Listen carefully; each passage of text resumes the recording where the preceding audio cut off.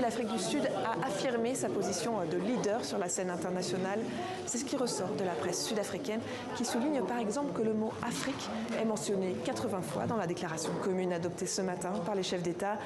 Une déclaration qui a réussi à inscrire au premier plan les préoccupations des pays du Sud. Au début, beaucoup de Sud-Africains pensaient que c'était un jeu d'élite, quelque chose qui n'aurait aucun impact sur leur vie.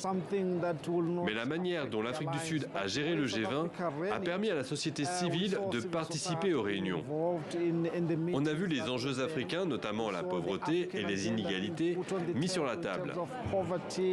Aujourd'hui, l'Afrique du Sud affirme sa position et s'affirme en tant que membre à part entière du G20 qui doit être respecté. Et en matière de respect, on parle beaucoup ici du pied de nez de Ramaphosa à Donald Trump. En refusant de transmettre la présidence du G20 à un simple chargé d'affaires américain pendant le sommet, le président sud-africain affirme son intention d'être traité d'égal à égal.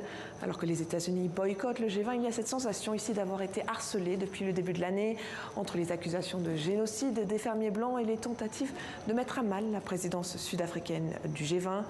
Donc le bon déroulement du sommet est vraiment perçu comme une victoire. Maintenant, les Sud-Africains espèrent aussi que le leadership du gouvernement à l'international se traduira aussi par des avancées concrètes sur les problématiques qui les affectent.